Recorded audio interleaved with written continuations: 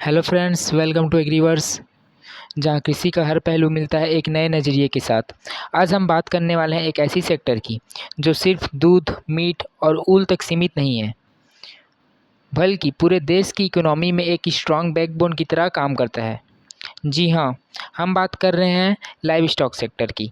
तो चलिए दोस्तों, समझते हैं कि कैसे ये सेक्टर करोड़्स ऑफ इंडियन को लाइवलीहुड देता है, जीडीपी में कंट्रीब्यूट करता है और रूरल डेवलपमेंट का एक स्ट्रॉन्ग पिलर है।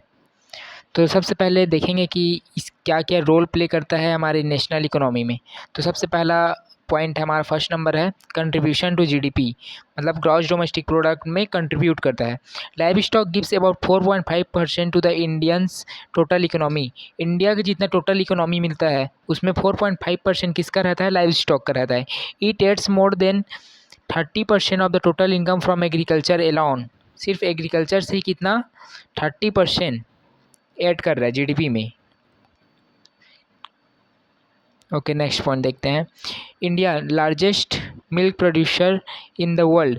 India produces the most milk in the world because of the large number of dairy animals. India largest producer of milk है क्योंकि यहाँ जो डेयरी एनिमल्स का जो पॉपुलेशन है वो सबसे ज़्यादा है।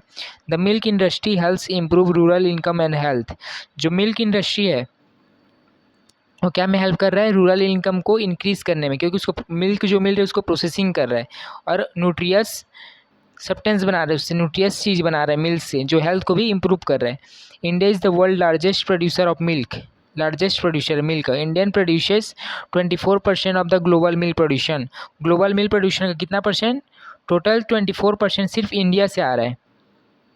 Employment opportunities, more than 8 crore people in India earn from live stock job.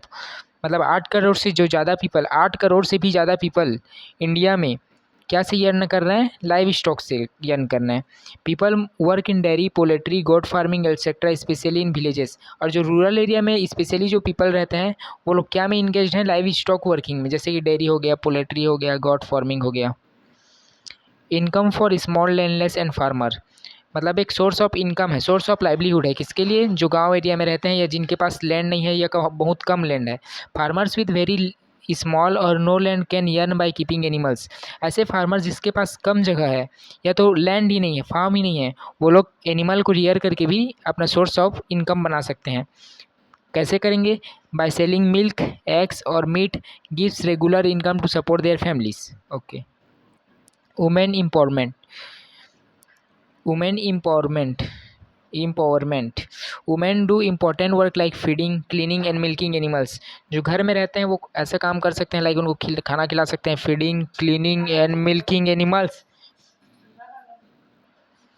It helps them to earn money, मतलब उनको सोर्स ऑफ इनकम बनाने के लिए हेल्प करता है। एंड बिकम इंडिपेंडेंट, मतलब अकेले इंडिपेंडेंट हो जाते हैं क्योंकि उनको सोर्स ऑफ इनकम मिलता है। बेटर न्यूट्रियस फॉर पीपल, मतलब एक सोर्स ऑफ न्यूट्रिशन है। देखते हैं, milks, egg and meat from animal have a protein and vitamin. जितना भी एनिमल का प्रोडक्ट है, जैसे कि मिल्क हो गया, अंडा हो गया जो पोल्ट्री से मिलता है, मीट हो गया, from animals have protein and vitamin. वो क्या है? Rich source of protein and vitamin हैं। This foods keeps people specially children healthy and strong. Specially children लोग को क्या रखता है? हेल्थी रखता है, स्ट्रॉन्ग रखता है। Milk is a rich source of high quality protein. Protein का बहुत अच्छा सोर्स है मिल्क। कैल्शियम का अच्छा सोर्स है। एंड वेरियस विटामिन, लाइक कौन कौन से विटामिन रहते हैं? A, D and B12। This nutrients contribute to bone health, immune function, energy level को अच्छा रखता है, बोन को स्ट्रॉन्ग रखता है। नेक्स्ट देखते हैं, export and foreign money. India is a major exporter of live stock products, मतलब जो लाइव स्टॉक से हमें प्रोडक्ट मिलता है जैसे कि मीट हो गया, मिल्क हो गया, ये सब का मेजर एक्सपोर्टर है कौन? इंडिया एक्सपोर्ट करता है। पार्टिकुलरली बेफेलो मिल्क, स्पेशली कौन सा? बेफेलो का meat, which is the second largest globally देखा जाए तो वो सेकेंड लार्जेस्ट है, एक्सपोर्ट है। Dairy products, eggs and other animal products also contribute significantly to foreign exchange earning from live stock exports. Foreign exchange, foreign currency पाने में help करता है। क्या चीज़? जो हम लोग एक्सपोर्ट करते हैं अदर फॉरेन्स में। Indian sell meat, leather and milk products to other countries. क्या क्या सेल करता है अदर कंट्रीज़ में? Meat, leather and milk products. This help to India to earn क्या? Foreign currency. क्या चीज़ को हेल्प करता है अर्न करने में? फॉरेन करेंसी मिलता है हमको जब हम लोग अदर कंट्रीज में एक्सपोर्ट करते हैं अपना products. Organic fertilizer and biogas. Animal dung is use to make compost which improve soil.